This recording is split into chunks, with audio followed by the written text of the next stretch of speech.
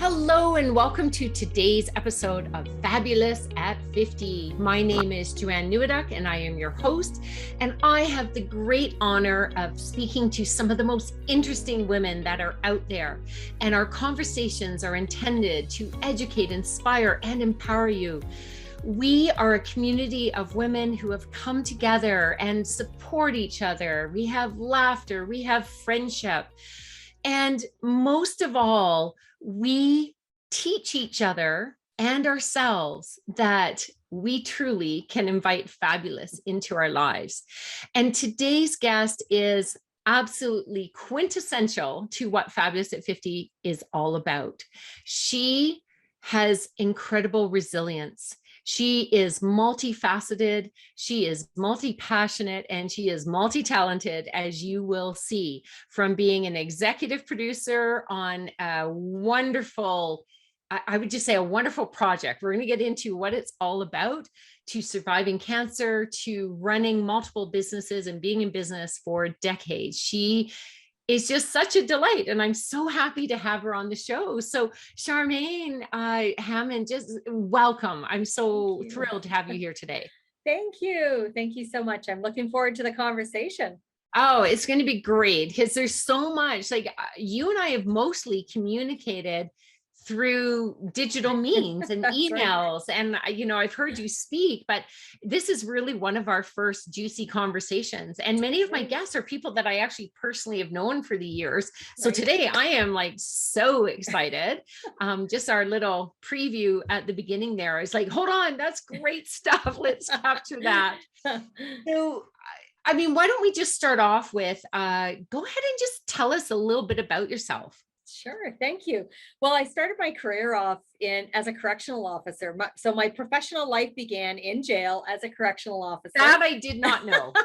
I figured you might not have known that. Oh, that's amazing. So that was my first job. And then I moved it. So that was where I actually first learned leadership. I was a director of a young offender custody facility in Ontario. Wow. Then I moved out west, followed the man I love out west, and we located in Fort McMurray, Alberta. So I lived there for a number of years. And while I was there, I worked for mental health. I worked for a women's shelter and worked for psychiatry unit. So worked in mental health for a long time. And then I opened up my business because in between I had gone back to school, got a master's degree in conflict analysis and management, and opened up a mediation practice. So I was in 1997. I've been in business ever since. And I now have 2 businesses. That's fantastic. Now, if that's not inspiring, I don't know what is. Yeah, I didn't really know what I was doing when I opened up the first business. Truth be told, I had a lot of painful learning, like many entrepreneurs and business owners can probably relate to. Oh, no, not at all. Not at all. Read sarcasm in that one. That's right. But there is, honestly, I heard, I don't know who to attribute this quote to, but it basically it goes something along the lines of, if you want the absolute best personal development course, start your own business. Yeah.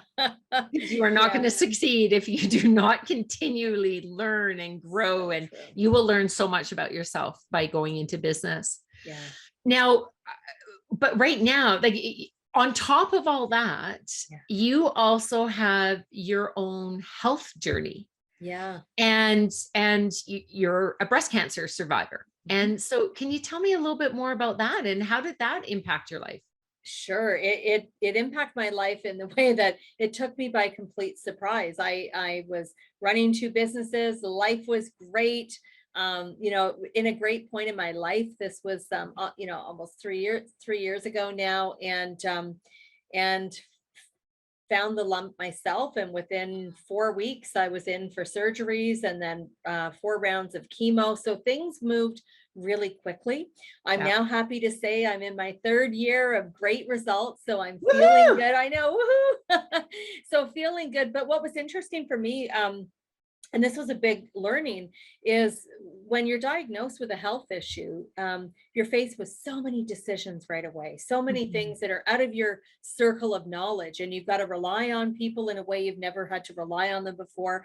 And I chose a different path than many have chosen. I chose a completely private journey. Right. So the people Remember you saying that. yeah, the people who knew Joanne were essentially my family, a handful of very, very close friends, and my husband's family, and that was it. And so, and I did that because I know myself, and I know that if I was getting wishes on Facebook and private messages, the type of person I am, I would want to get back to every single person. Mm-hmm. And I needed It would have myself been overwhelming instead of totally, supportive.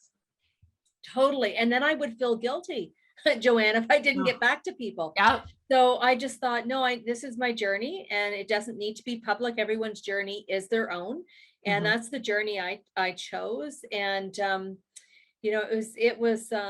there were some very humbling experiences. I know that it was 56 appointments at the doctor's alone. And so I learned a lot about what it's like for someone you love, a caregiver, to take care of you. I'd never looked at my relationship with Christopher like that before. And our relationship changed because he was now my caregiver. Right. And saw me, he saw my surgery and my scars long before I ever did. So he was watching my journey through this different lens. And man, oh man, did that ever teach me a lot. And it gave our relationship, it's like we achieved a new level. I was going to say it would have deepened your connection. Beautiful Absolutely. Word. Yeah. It also challenged me, Joanne, because I quite frankly suck at asking for help. And anyone who knows me well, and a lot of women out there.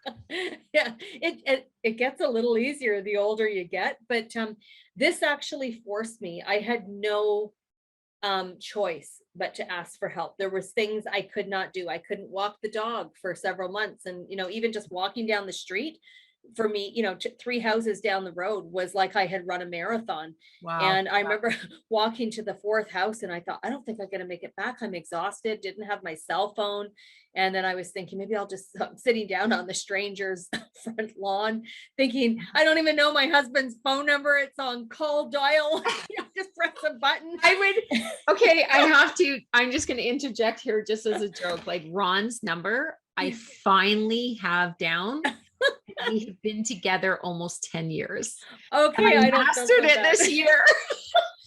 There's something about it. I go, these numbers don't flow together. That was his number. Amazing. Too. I mean, that would be scary. And especially it's true. Like it's humbling, but it's also liberating. Yeah. To know. And like, as you know, I'm an oncology nurse. Yes. And one of the things when I meet with women like you and men, because sometimes men I can spot, because we often see, people that are ourselves. And so that's why I can spot people really well that are like that, that are kind of like, how do I ask for help? Willing. You have the biggest hearts, right? Like it's the biggest heart you want to give to everybody. And this might sound harsh, but there has been times when I look at the person, I honor that what they're doing. And then I go, why are you choosing to be so selfish? And they're like shocked. And I go, if it was your husband that was in your place and he refused your support, how would you feel? Yeah. And it's like, I would feel like shit. Totally. So when we refuse other people's help, it's actually selfish. I know it doesn't come up from a place from it really disempowers people. It disempowers them. So to be willing to say, yes, I need your support and thank you, and switch it to thank you for supporting me. I mean, what an incredible lesson, and how beautiful that you've been able to take that and deepen that. Well, and just speaking of oncology, the other big learning that I've been able to apply, not only in my personal life and the healing journey and in my business, was the importance of being able to trust people who have the information that you don't have. That was another reason, honestly, Joanne, that I decided to take a private journey. And I'm quite open telling people, and it's only the last few months, as you know, that I've actually been talking about this. I was so a lot of people are on Facebook going, what? I never knew. And it's like, great, that's what I wanted. And I'm sorry. Fair. Everybody has a different, and I think everyone has a different role to you're now coming out and saying, I did a private journey, empowers other women that feel like that's what I want. Yeah. right? And everyone's journey is their own. And that's what I learned is so important.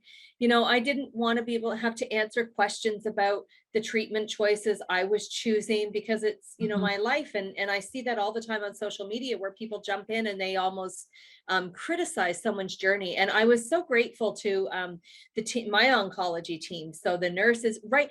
I'll just share something. I learned something beautiful about customer service the day I walked into the oncology unit for the first time.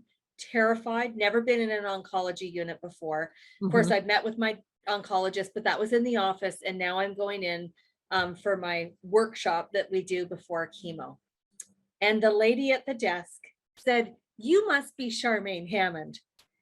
And my stress level went from here to gone almost. Beautiful. She was just, and I said, "I am. How do you know?" And she said, "Because I know." And then she just winked at me. And then, I watched her do this over and over again. Every time I was in there, there was someone new coming in. And I thought, her desire to make people feel safe and welcome and okay in a time that isn't okay was so brilliant. And then that was my experience through the rest of the journey, like in terms of being supported. So it really reminded me, Joanne, like, how am I showing up?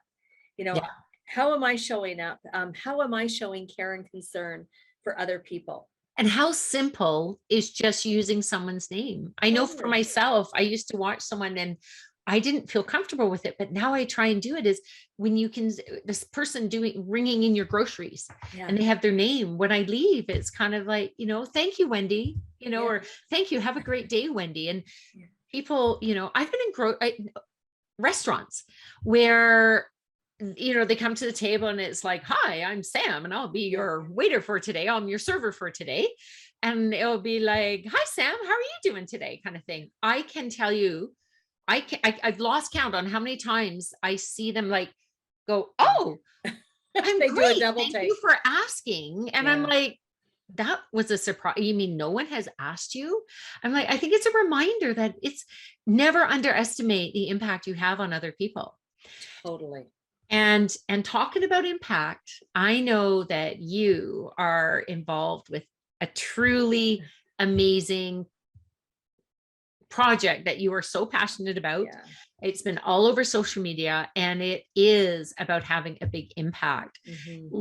Can you sort of set the stage for, what I'm talking about? I know what you're talking about. You're talking about Back Home Again movie. I am. This is by far the most exciting thing I've ever worked on in my life. And the backstory to this is I lived in Fort McMurray for 15 years, and not at the time of the wildfires, but I was brought back actually by the school divisions and a number of nonprofits to work with them on resilience and capacity building. That's some of the things that I do in one of my businesses. While I'm there, everyone's saying, "Charmaine, you've got to meet this Michael Mankowski. He's a phenomenal screenwriter. And because I've written books, people thought I would want to meet another writer," which of course I do.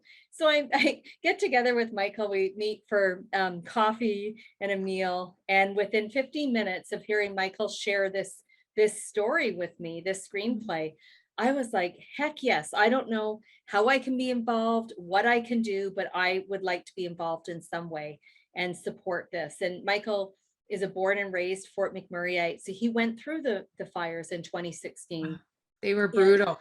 Do you want to just, brutal. Because we have listeners all over the world, do you want to just share a little bit about what happened with that fire? Sure. So it was a forest fire in 2018 that actually the whole community, 88,000 people, evacuated for a number of weeks. And it was a forest fire that actually garnered support from around the world. Firefighters from around the world came to support the firefighters locally and within the province. It was an extremely costly disaster, the biggest evacuation in Canada. And Michael, of course, lived through this and then was one of the first people to be brought back into the community, doing a number of videos while he was doing some contract work with the Red Cross. And so he filmed hundreds of people as they were coming back into the community weeks and weeks later and interviewing them about, this experience.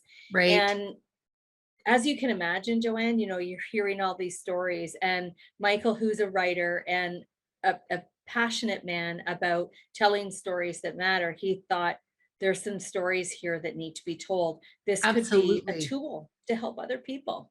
Yeah, resilience. Yeah. And so from there, the two of you decided to collaborate. And what was birthed? So, so Michael, who was working on a project already with Tom Green, one of our Canadian comedians, Yes. and John Schneider, a producer. So one was asking Michael, around the time of the fires, how can I support you? And what's this project you're working on? So Michael shared the project, and I love listening to Michael tell this story because, so these are his words. So he would say to Michael, do you think he can get, or he would say to John, do you think he can get Tom Green to voice one of the characters? Because this is an animated movie. And John would say, I don't know, let's ask. And he would ask, and that dream would come true. And then Michael would say, what about Michael J. Fox? And who is, Michael Mankowski's hero, one of the many heroes. And so John would say, I don't know, let me see, let me ask. And this is how this went on to now have the largest ensemble of award-winning actors in an animated short, to our knowledge. So Michael J. Fox and Catherine O'Hara and Eugene Levy, Tantu Cardinal, Martin Short, Lauren Cardinal, Howie Mandel, Kim Basinger, the list goes on. It does. Phenomenal. And I want to keep hearing about the story, but I want to pull out what you just said. I think I got goosebumps. It was, I don't know, let's ask. Yeah. What a beautiful mantra for people. How often do we have people do you hear people just say, oh, well, they wouldn't do it? Exactly. Or they make assumptions. They project their fear onto someone else, their fear that they would say no. I don't know, let's ask. Well, if you ask and they say no, you're no different than you were, but at least you've asked. And exactly. I love that. What a great, this would not have happened if he hadn't had that attitude. Yeah. And Michael has big dreams, and he had the courage to share his dream with others. Mm-hmm. And John, has this beautiful ability to tap into his many relationships that he's nurtured and developed over the years and simply ask.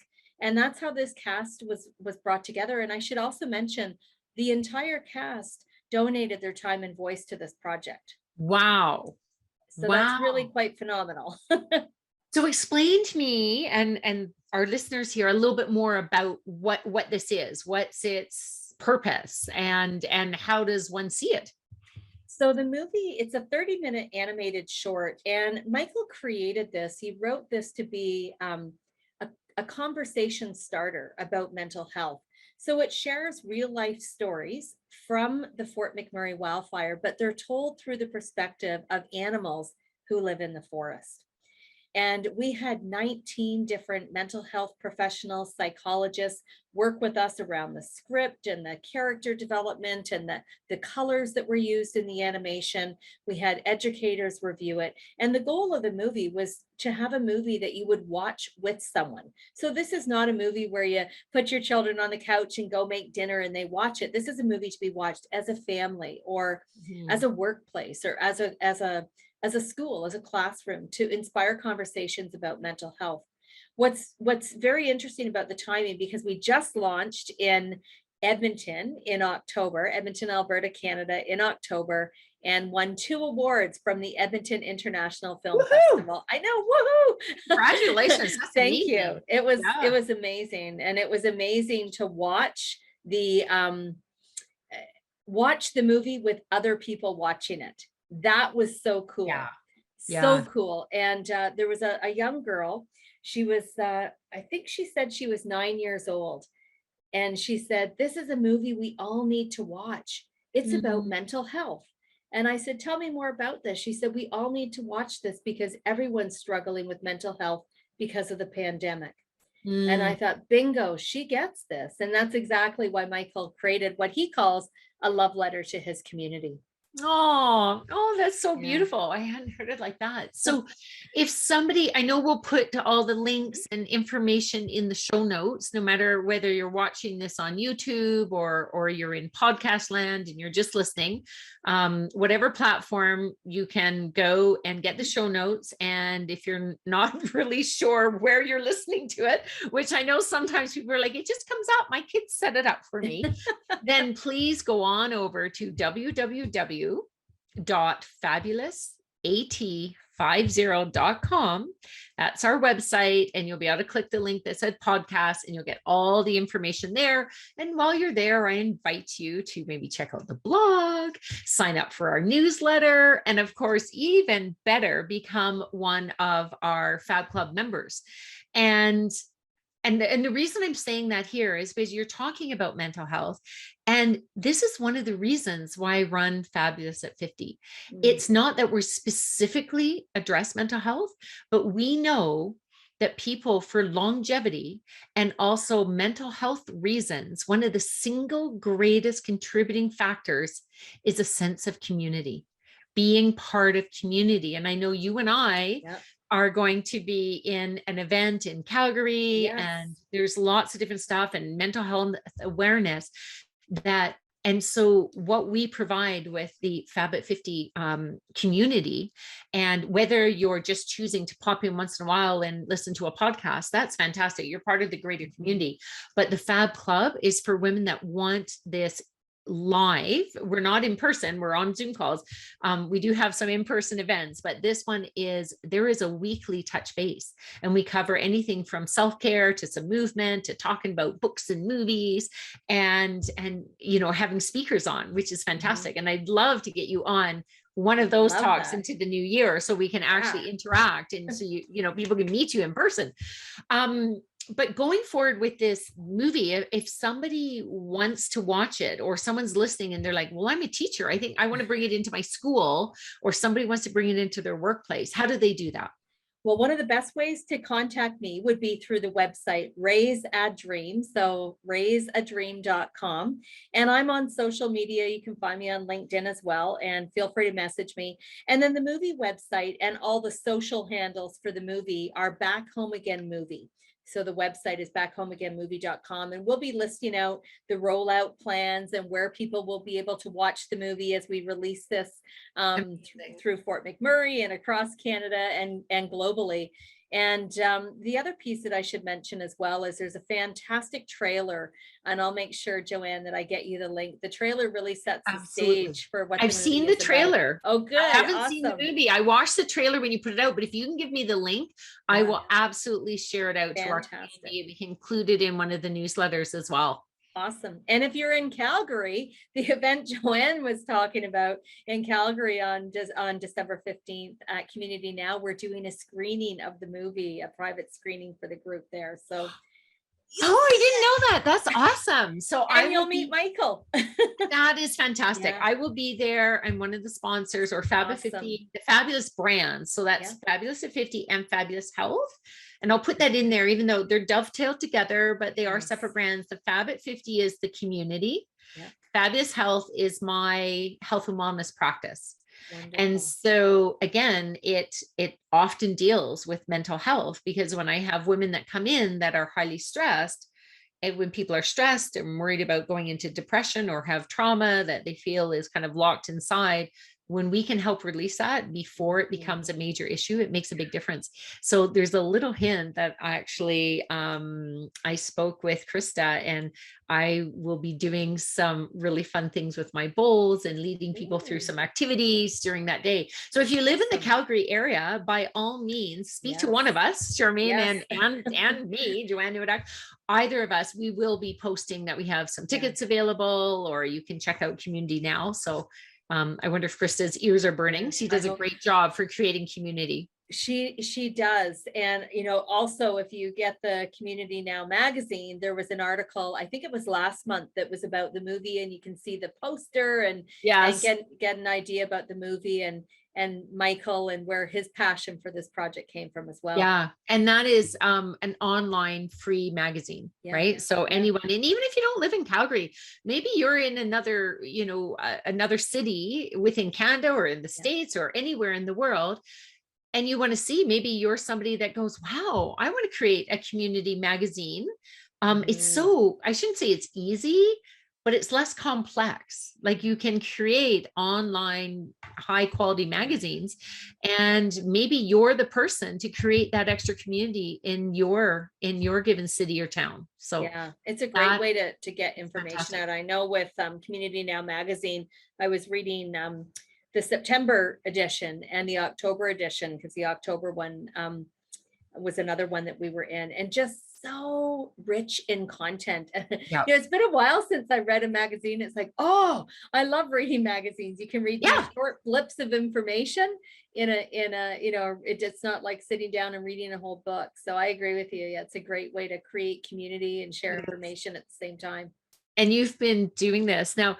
I have a couple questions that I just always love to ask. And the first one is, I've been listening to your journey and I've been following you. Like I said, I've followed you for years. I've known about you for years and seen the work you're doing. Is what I'm curious is, did you notice throughout your career and your life, did you have a bit of a shift when you entered midlife? When you turned 50, did you notice something shift inside? Because I'm finding this is a very common theme. Yeah, there was a lot of shifts. One of them was trusting myself, trusting myself that I've got the skills and the knowledge to do what I need to do. And if I don't, I know enough people in the world that will come out and help me. So just that. And another big shift for me was I don't have another word for it, so I'll just call it kind of setting boundaries, getting really clear on what I say yes to and what I say no to, and not having any drama or any guilt around it. And that was a big shift. And that was something I wish I had learned earlier, but it was a real powerful shift, and just being able to discern what I say yes and no to. Amazing. And I love that, without guilt. Yeah. Saying no to something you shouldn't feel guilty about it. You don't want to feel guilty about it. But you can do it in a lovely way. You can wish them well. Fantastic. Well, before we end off our conversation, because we're getting close to the end, do you have, I imagine you have many, many, many, but what 3 pearls of wisdom would you like to share with people today? Oh, pearl number 1 is relationship. And I mean, Fabulous at 50 is an amazing example of relationship. You're built on community. Relationships are important. And while we have relationships in many areas of our life, work or business or friendship or neighborhood, relationships are important, and they need to be nurtured. So that's pearl of wisdom number 1. Amazing. Number 2 is around the things that you're passionate about and the amazing impact it can have. So I attribute my healing during surgeries and chemo. I feel that being involved in the Back Home Again movie actually helped me heal. It gave me something to look forward to every day. Even if I could only do one little thing, something to look forward to, because every other part of my life had changed. And that was a constant. Other than Chris, who was a constant, this was something, and it was like using my skills. So that's pearl number 2, is having that, being able to do things that give you passion and help you feel on purpose. And then the third one, I would say, is around building resilience. It is so important. It's like a bank account. If we don't keep doing things, or in a bank account situation, don't keep putting into it, there's nothing there for you when you need it most. And this is, I teach in the area of resilience, and boy, oh boy, when I got diagnosed, I really needed to put into practice what I had been teaching and what I had studied for years. So nurture your resilience. Absolutely. And that's so important, because it really is. If you don't have the resilience to bounce back, you're giving. And especially if you're somebody that likes to give, you're giving from empty, and you can't give from empty. When you build that resilience, and that's part of what we do with self-care, is you're giving from the overflow. And I can definitely feel your overflow. I mean, your energy is so amazing, and I'm excited to be able to actually watch this film and just know like that it really is a star-studded cast that you have been able to bring, and it must have been fun for them, like yeah, really like passionate. To be like, because it's different animals and stuff. Yes. Yeah, like Michael J. Fox is Michael J. Bird in the movie. He's a raven, and we have Mayor Owl, who is Catherine O'Hara, and we have Chief Ducky Eugene Levy, who is a duck. We have Martin Short, who's Prime Minister of the Forest, and he's a beaver. And Tantu Cardinal, beautiful. It's one of my favorite parts of the movie, and you'll see why when you see it in December. But Tantu and Lauren Cardinal play. They are buffaloes in the movie, so it's incredible. Like all the animals. Jeremy Renner sings an originally written song called "Back Home Again," and he is Lieutenant Timber. He in the movie, so they all take on a different, a different role. So we have bears and foxes and truly Canadian. It really is. Canadian. It really is. Absolutely. Oh, Charmaine, we could just keep talking on and on and on. I'd love to have you back. I'd love to have you on as a speaker for, maybe I'm getting an idea. Maybe we can do some kind of, Fab at 50 showing of this. Yes, and get as many of the women either out, whether we can do it online or we can do it in person. So yes. The juices are flowing in my brain here, and awesome. I'd love to continue that. And so if anyone wants to connect with Charmaine, you said you're obviously all over social media. Is there a website you want to send them to specifically if they want to reach out to you in person? I would say go to raiseadream.com. That's the best place there. You betcha. Fantastic. In the meantime, just go check her out on social media and be hashtagging and checking out the hashtag of the movie Back Home Again movie, right? You have to put it in there, the word movie as well. Yes. Back Home Again you movie. Betcha. And that is fantastic. And thank you so much for being here today. It's been such a joy and pleasure. Thank you so much, Joanne. Thanks for joining us today. You've been listening to the Fabulous at 50 podcast with your host, Joanne Neweduk. Join us again for more inspirational interviews on topics that matter to you. If you like what you've heard on today's episode, check out the liner notes, or to learn more about this vibrant community that celebrates women over 50, please visit fabulousat50.com. That's www.fabulousat50.com.